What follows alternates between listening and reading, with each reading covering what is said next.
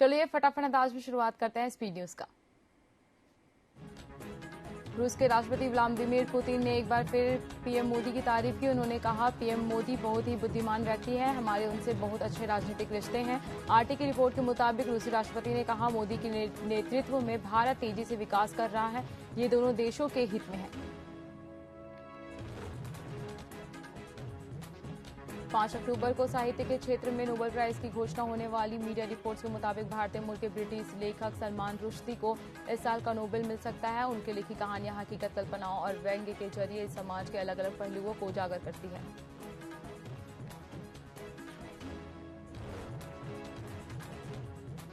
Britain की first lady और प्रधानमंत्री ऋषि सुनक की पत्नी अक्षता मूर्ति ने पॉलिटिकल स्टेज पर डेब्यू कर लिया है। भारतीय समय के मुताबिक बुधवार देर रात कंजर्वेटिव पार्टी की बैठक में अक्षता ने अपने पति ऋषि को संबोधन देने के लिए स्टेज पर इनवाइट किया।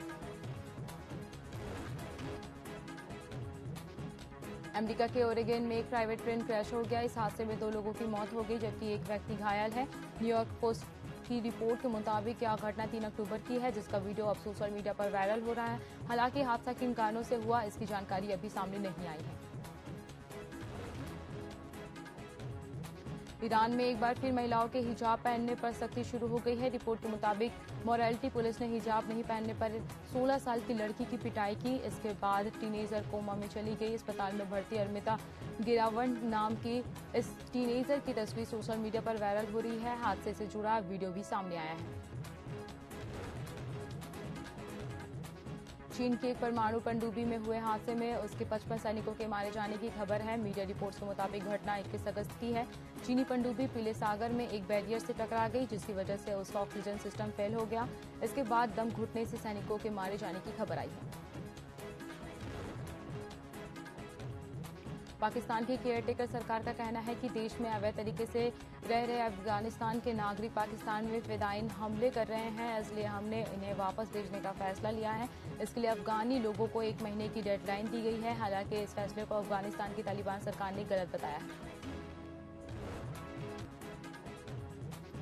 कनाडा के पीएम जस्टिन ट्रूडो ने एक बार फिर से कहा है कि वो भारत के साथ तनाव को बढ़ाना नहीं चाहते हैं। उन्होंने दोनों देशों के रिश्तों को फिलहाल बेहद चुनौतीपूर्ण बताया है। ओटावा में मीडिया से बात करते हुए ट्रूडो ने कहा, कनाडा के लिए ये जरूरी है कि हमारे डिप्लोमेट्स भारत में मौजूद रहे। हम लगातार ऐसे कदम उठाते रहेंगे जिससे मुश्किल समय में भी भारत के साथ बेहतर रिश्ते बना सके।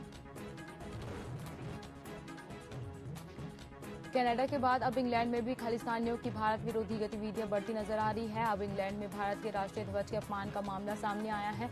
इंग्लैंड में भारतीय दूतावास पर हमला करने वाले भारत के मोस्ट वांटेड यूके में दल खालसा से जुड़े खालिस्तानी गुरुचरण सिंह ने अब अंग्रेजों की धरती पर तिरंगे की बेअदबी की है।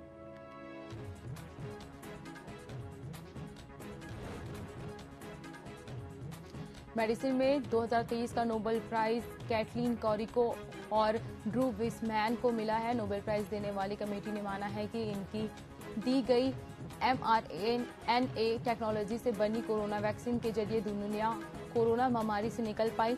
दरअसल कोरोना के वक्त पहली बार ऐसा हुआ था जब mRNA टेक्नोलॉजी पर बेस्ड वैक्सीन बनी थी। इसे फाइजर बायोएनटेक और मॉडर्ना ने बनाया था। सिक्किम में मंगलवार देर रात करीब 1:30 बजे बादल फटने की घटना में अब तक 14 लोगों की मौत की पुष्टि हुई है, जबकि 26 घायल हैं। 102 लोग अब भी लापता है, जिसमें सेना के 22 जवान शामिल हैं। पाक्योंग के डिस्ट्रिक्ट मजिस्ट्रेट ताशी चोपेल ने सभी जवानों की मौत की आशंका जताई है। आधिकारिक पुष्टि होना बाकी है। आम आदमी पार्टी के राज्यसभा सांसद संजय सिंह को आज दिल्ली की राउज एवेन्यू कोर्ट में पेश किया जाएगा। प्रवर्तन निदेशालय ने शराब नीति घोटाले में 10 घंटे पूछताछ के बाद बुधवार देर शाम उन्हें गिरफ्तार किया था। ईडी आज कोर्ट से संजय सिंह की रिमांड मांगेगी। दिल्ली पुलिस ने बुधवार 4 अक्टूबर को न्यूजीक्लिक के फाउंडर प्रबीर पुरकायस्थ की गिरफ्तारी की वजह बताई। उन्होंने कहा, उनकी वेबसाइट ने अरुणाचल प्रदेश और कश्मीर को भारत का हिस्सा न दिखाने का इंटरनेशनल एजेंडा चलाया था। इसे लेकर उनके खिलाफ पर्याप्त सबूत मिले हैं। महाराष्ट्र के नांदेड़ में doctor Shankar Rao Chavan medical college एवं सरकारी अस्पताल में मौतों का सिलसिला जारी है। बीते 72 घंटों में 38 लोगों की जान चली गई है। गुरुवार को नांदेड़ मेडिकल कॉलेज हॉस्पिटल में 21 साल की महिला और उसके नवजात शिशु की मौत पर नांदेड़ ग्रामीण पुलिस स्टेशन में मामला दर्ज किया गया है।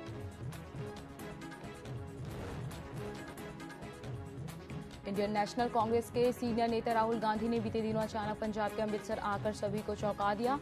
उनका यह आध्यात्मिक टूर जब पूरे पंजाब में कांग्रेस आम आदमी पार्टी के बीच घमासान चल रही थी, जबकि केंद्र में दोनों पार्टियां इंडिया गठबंधन के लिए बैठकें कर रही हैं। राहुल गांधी यहां 48 घंटे रहे और तकरीबन 4 घंटे सेवा करने के बाद बिना कुछ कहे बोले दिल्ली रवाना हो गए।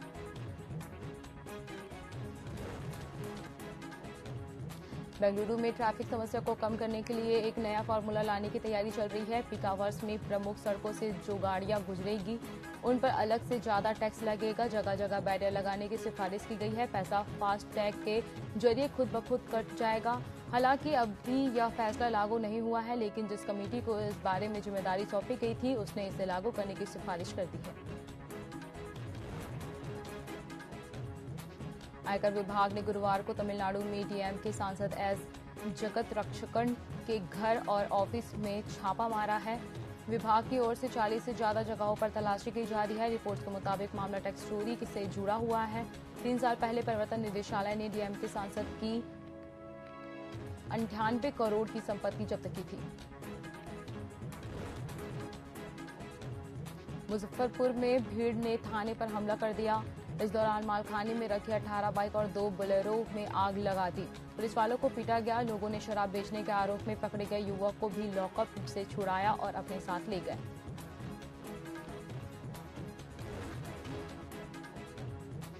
रक्षा मंत्री राजनाथ सिंह ने दिल्ली में इंडियन नेवी के स्वावलंबन 2.0 सेमिनार में 5वीं स्वदेशीकरण लिस्ट जारी की। इस लिस्ट में 98 मिलिट्री हार्डवेयर के नाम हैं। ये मिलिट्री हार्डवेयर अब देश की घरेलू इंडस्ट्री से ही खरीदे जाएंगे। विदेश में इन्हें मंगाने पर बैन लग जाएगा।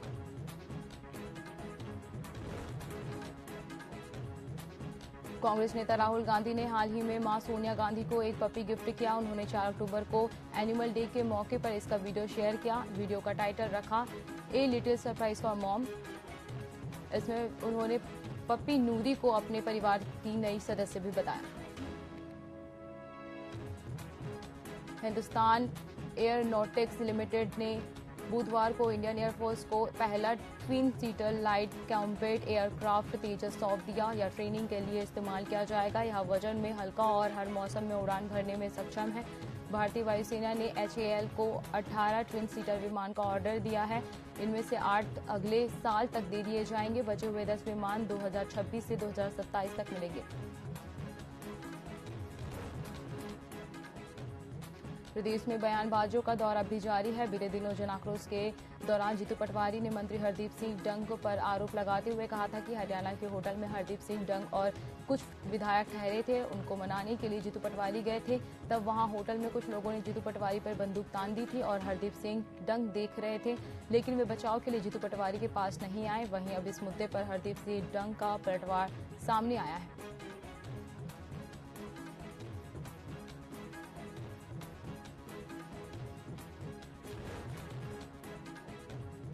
सीएम शिवराज बुरहानपुर में लाडली बहना सम्मेलन में शामिल हुए, जहां लाडली बहनों ने सीएम शिवराज का भव्य स्वागत किया। सीएम शिवराज ने बहनों को सौगात देते हुए उनके खाते में लाडली बहना योजना की राशि अंतरण किया। सीएम शिवराज ने संबोधन में बहनों को प्रणाम करते हुए कहा कि मेरे लिए साक्षात देवी का रूप है, अगर कोई है तो वह मेरी बेटियां और बहनें हैं। बहन बेटी का अपमान मत करो, उनका सम्मान करो, उनकी पूजा करो। इसलिए भारतीय संस्कृति में कहा गया है, यत्र नार्यस्तु पूजन्ते रमन्ते तत्र देवता। मध्य प्रदेश में वार पलटवार का सिलसिला जारी है। ऐसी कड़ी में भाजपा मीडिया प्रभारी आशीष अग्रवाल ने कमलनाथ के ट्वीट पर तंज कसा है। उन्होंने कमलनाथ के कांग्रेस मुस्कान की गारंटी पर निशाना साधते हुए कहा कि कांग्रेस मुस्कान की नहीं, विनाश की गारंटी है। कांग्रेस परिवारवाद और हार की गारंटी है। भाजपा सुशासन की मुस्कान की गारंटी है। साथ ही उन्होंने अरुण यादव के चुनाव न लड़ने के ऐलान पर तंज कसते हुए कहा कि कांग्रेस के दिग्गज पहले ही मैदान छोड़कर भागने लगे हैं। कांग्रेस में टिकटों की नीलामी हो रही है।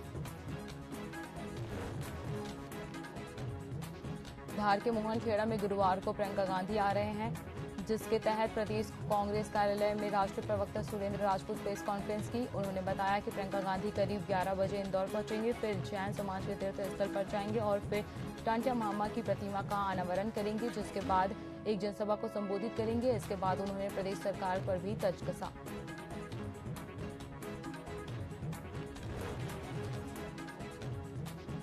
छिंदवाड़ा जिले के चांदामेटा थाने के बड़कुही में 4 लाख के बाल की चोरी का मामला सामने आया है। इस मामले में पुलिस ने 2 लाख के बाल जब्त कर 2 आरोपी को गिरफ्तार किया है। वहीं आपको बता दें कि महाराष्ट्र के महादेव सेवरकर के गोदाम का ताला तोड़कर 4 लाख के बाल चोरी हो गई।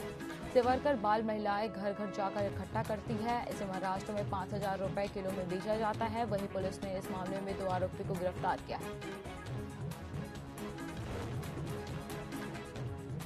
आलोट के ग्राम किटखेड़ी के पास तालाब में एक 10 वर्षीय बालक की तालाब में डूबने से मौत हो गई। सूचना मिलने पर डीआरसी की टीम आलोट घटनास्थल के लिए रवाना हुई, लेकिन इस दौरान ग्रामीणों ने बालक के शव को बाहर निकाला और सामुदायिक स्वास्थ्य केंद्र ताल ले जाया गया, जहां डॉक्टरों ने उसे मृत घोषित कर दिया।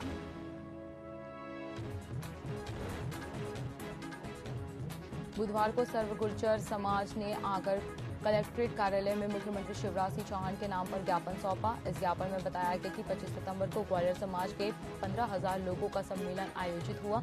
इसके बाद सभी ज्ञापन देने के लिए कलेक्ट्रेट जा रहे थे, लेकिन पुलिस ने लोगों पर आंसू गैस छोड़ा और लाठीचार्ज किया, जिसमें कई लोग घायल भी हुए हैं, जिसे लेकर उनकी मांग है कि गुर्जर समाज पर अत्याचार तुरंत बंद किया जाए।